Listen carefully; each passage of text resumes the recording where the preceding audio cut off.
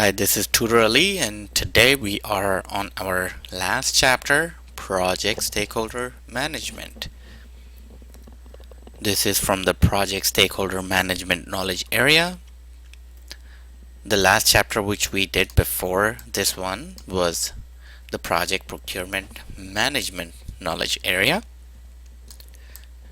Now again, all these chapters are based on the PMBOK guide, on the PMBOK 5 guide. And let's see how many processes do we have in this process. The stakeholder management has a total number of 4 processes. Now, this is a new knowledge area that has been added to PMBOK 5 guide. This wasn't there in the PMBOK 4. So the learning goals for this knowledge area is identifying the stakeholders, planning stakeholder management, manage stakeholder engagement, control stakeholder engagement. Then we are going to see the inputs, tools, and techniques and outputs for all these 4 processes. Finally, we are going to see if we have any stakeholder management templates and the questions and answers. Now let's see what process groups all these 4 processes lie in. So they lie in the initiating process group, planning process group, executing process group, and monitor and control process group. The initiating process group has just 2 processes out of the 47 process. One is identify stakeholders, and the first one that we did in our first chapter all the way up in the knowledge area of project integration management was develop project charter.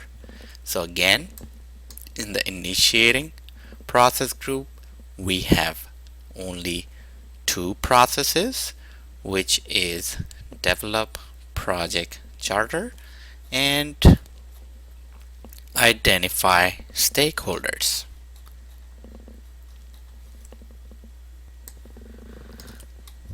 The second process group, which is planning process group, is color orange, and what we have in there is the plan stakeholder management. The first process group is green, and that is identify stakeholders. So don't get confused between these two. Identify stakeholders comes in the initiating process group, which has just 2 processes in the whole of 47 process, and even closing has 2 processes that we already saw before. It was close project or phase and close procurements. And we go to the third process, and it falls in the executing process group called as manage stakeholder engagement, where again we are managing the stakeholders.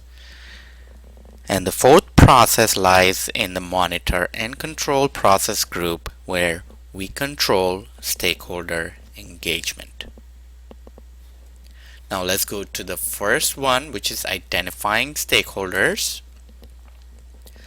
Now again, as there are only 2 processes in project initiating process group, so we have to know these 2 processes in and out and everything that's involved in there, because still there are a total of 13% of questions asked from these 2 processes in the initiating group. So we have a total of 4 inputs, 3 tools and techniques, and 1 output, and the output being stakeholder register. So when we went through the planning processes, we saw a lot of places where stakeholder register was one of the inputs, and obviously it is a really important input, and it happens during the beginning of your project, which is project initiating. Now what are we doing over here? We are identifying the stakeholders, identifying who all are going to get benefited, who all have some kind of an interest in the project, and all of them have to be identified to make sure that the project goes in smoothly, and to address to their concerns, to contact them if there are any issues, to send them the project status reports and updates and stuff like that. So to identify the stakeholders, we are using 4 inputs. First one being the project charter, the second one being procurement documents, third one being the enterprise environmental factors, and fourth one is the organizational process assets. Now, where we got the project charter from? We got it from the project integration management, which falls in the process group of project initiating. The project charter can provide information about internal and external parties affected by the project. Internal and external stakeholders who are affected by the project. That's why we need the project charter as an input to identifying the stakeholders. The second one is the procurement documents. The parties in the contract / procurement documents are project stakeholders. Others, like the supplier, should also be considered as part of the project stakeholder list. Now, where did we get the procurement documents? From our previous process, which is plan procurement management, and this was the output, which is the procurement document. Okay. Then we have the enterprise environmental factors, which is organizational or company culture and structure. Secondly, government or industry standards. The last input, which is organizational process assets, include stakeholder register template, because that's what we are going to come out of with, is a stakeholder register. So we have to use the template of the stakeholder register, and we have to use that as an input, and they are in the company's organizational process assets. Then the lesson learned from previous projects, if they had any issues with identifying the stakeholders or managing stakeholders, that is going to be included in as well. Stakeholder register from previous projects. Now let's go look into the tools and techniques, which we just have 3 of them. One being the stakeholder analysis, second being the expert judgment, and the third being the meetings. Now we are using all these 3 tools and techniques along with these 4 inputs. Why? We are using all of these to identify the stakeholders. So once I take these inputs, apply these tools and techniques, I should come out with an output called as the stakeholder register. So the first tool and technique is stakeholder analysis, which is a process of systematically gathering and analyzing qualitative and quantitative information to determine whose interests should be taken into account throughout the project. It identifies the interests, expectations, and influence of the stakeholders and relates them to the purpose of the project. Also identifies stakeholder relationships. Classification models for identifying stakeholders are power interest grid, power influence grid, influence impact grid, and salience model. Now this first tool and technique is the most important out of all these 3. And we are going to see an example of the power interest and influence grid. So what we are doing over here is trying to identify stakeholders which are more powerful, which are more interested in the project, who are less interested in the project, who doesn't have much power, and we do that with a grid. Now let's see an example of that. Now this is the stakeholder power and interest grid and some sample actions that we can perform with these stakeholders who lie into that part of the grid. So to understand the grid, on the y-axis we have the power, on the x-axis we have the interest. As we keep going up, these people have a higher power, and which is power to veto. So basically 1 and 2. As we keep going lower on this grid, they have little to no power, and this is 1 and 2.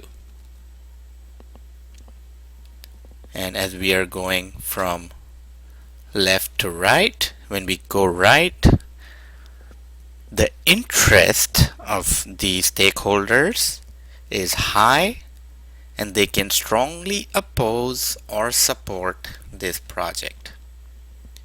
And they are these two boxes over here. On the left side, their interest is low and they are indifferent to the project, which is this one and this one, these two. So now we have to see where we have to give more attention. And obviously we have to give more attention to stakeholders who have high power and who have high interest. And if I go from top, this is the high power, and if I go from here, this is the high interest.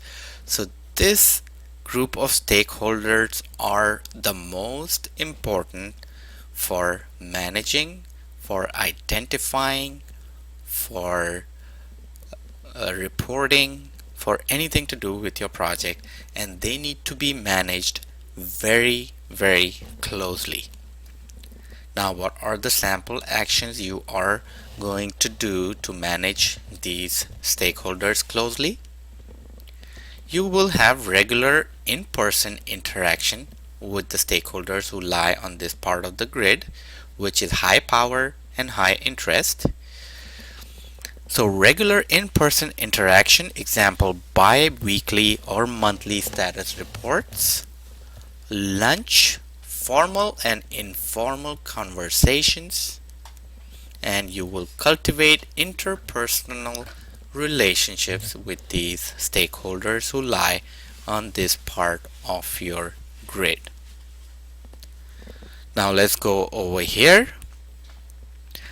These stakeholders, they can strongly support or oppose, but at the same time they have little to no power. So if you look over here, they don't have much power over here, but at the same time this box right here, they can strongly support or oppose the project.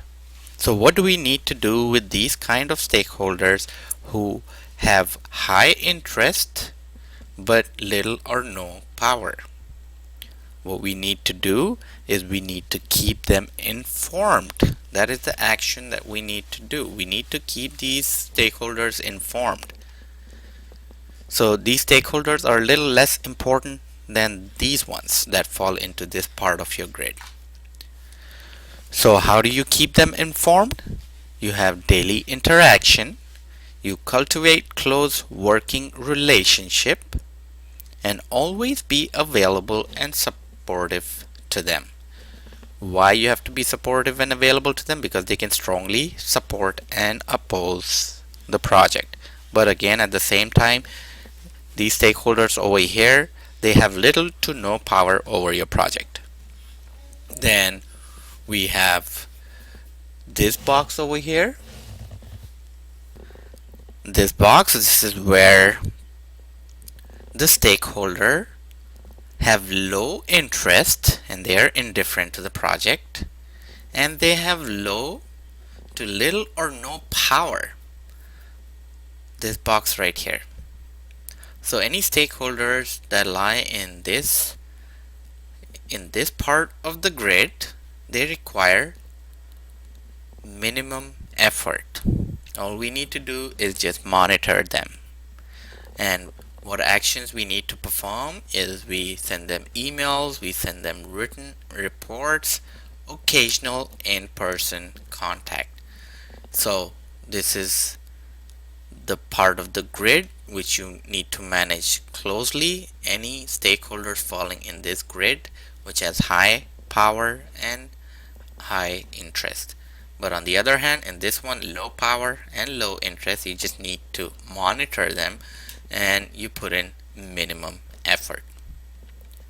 When we go up here in this quadrant, in this box, in this part of the grid, over here the stakeholders have high power to veto, but they have a low interest. So we still need to keep them satisfied. Again, why? Because they have high power. Even though they have low interest, they have high power. So again, what actions are we going to take care of these stakeholders? We email them, we send them written reports, occasional in-person contact.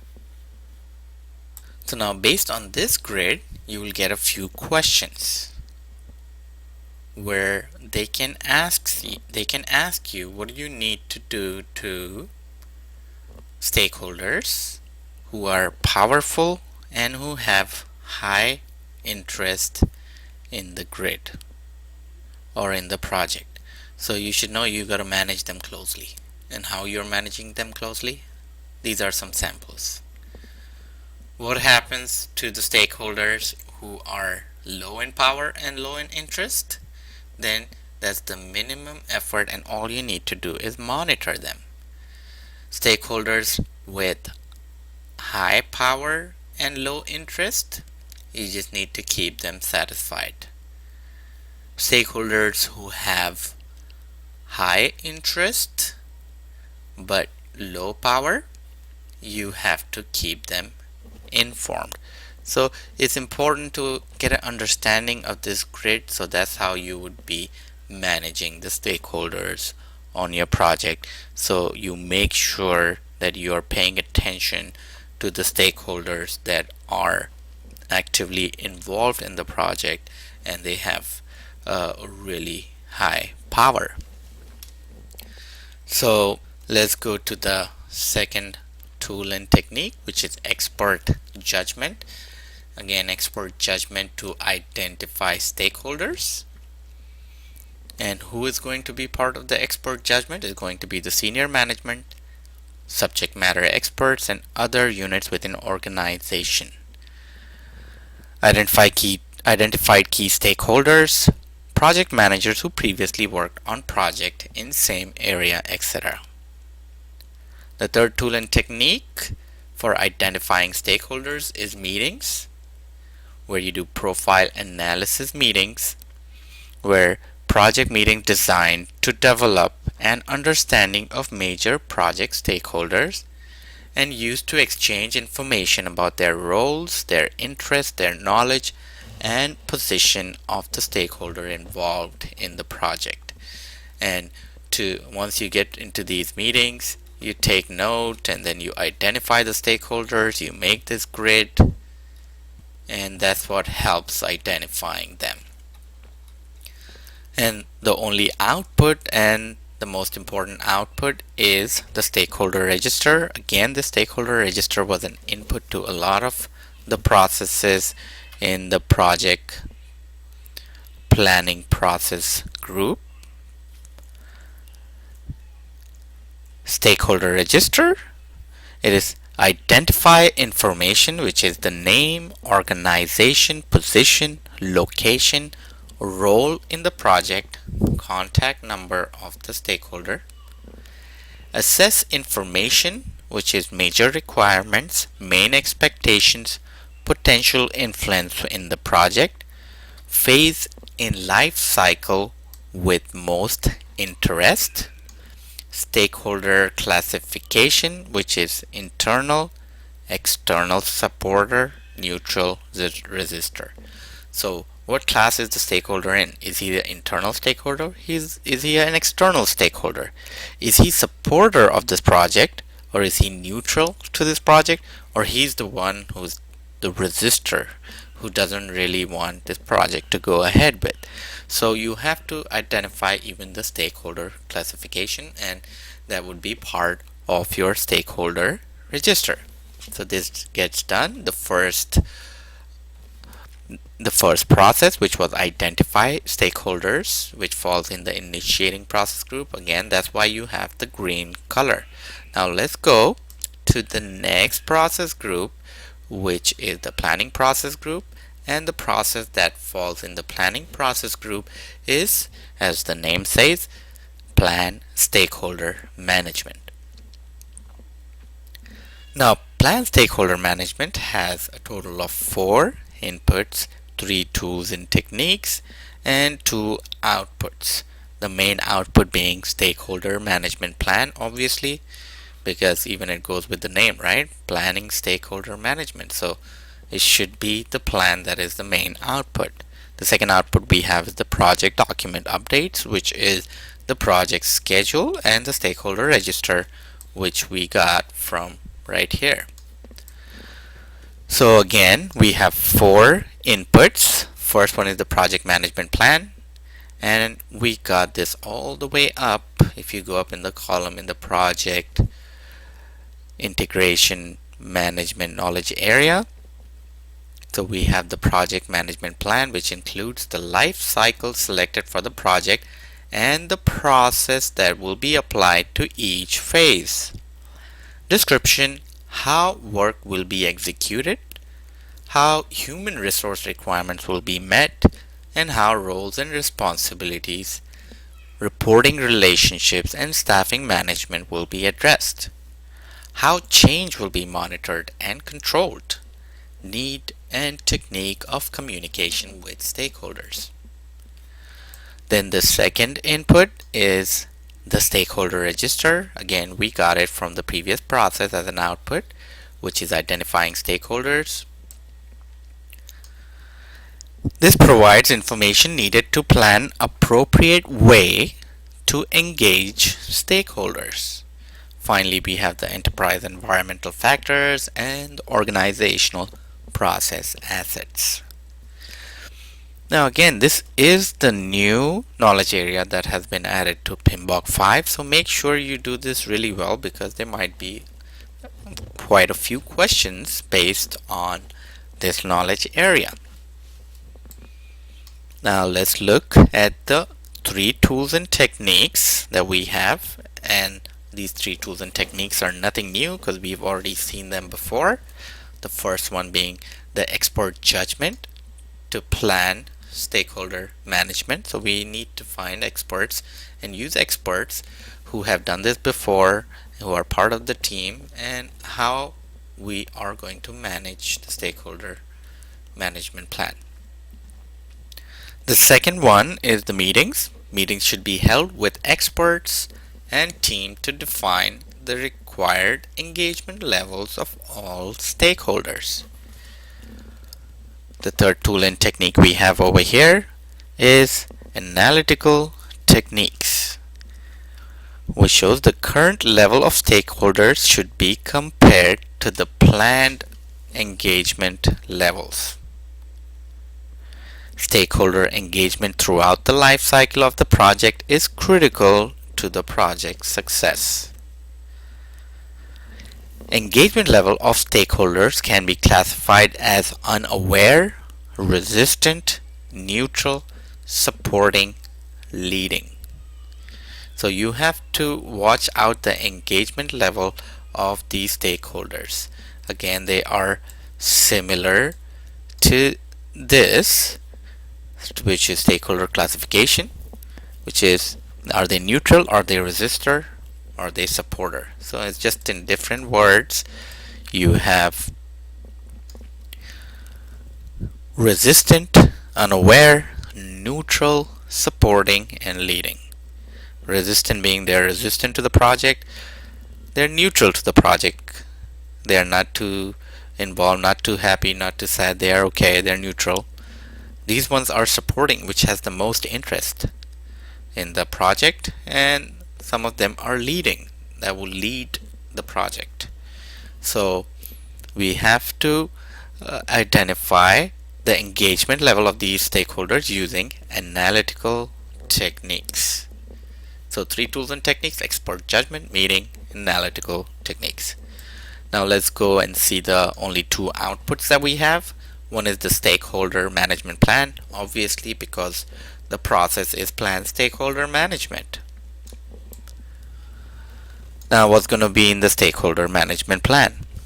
Along with data gathered in the stakeholder register, the stakeholder management plan often provides desired and current engagement levels of key stakeholders, scope and impact of change to stakeholders, identified interrelationships and potential overlap between them, stakeholder communication requirements for the current project phase, information to be distributed to stakeholders, including language, format, content, and level of detail, time frame and frequency for the distribution of required information, method for updating and refining stakeholder management plan as the project progresses. The second output is project document updates, where we update the project schedule and the stakeholder register. So that finishes the second process out of the 4, which is plan stakeholder management, falling in the planning process group. Let's go to the third process, which is manage stakeholder engagement. Again, it falls in the executing and managing process group. That's why blue in color. Basically what we are doing over here is managing the stakeholders to make sure that they are participating in the project, they are engaged in the project, because the project can fail if the stakeholders are not engaged. So that's why it's so important to make sure that we are keeping the stakeholders engaged in the project. Now, what inputs are we going to use in this process? One is the stakeholder management plan. Again, we got it from this process right here, which is plan stakeholder management.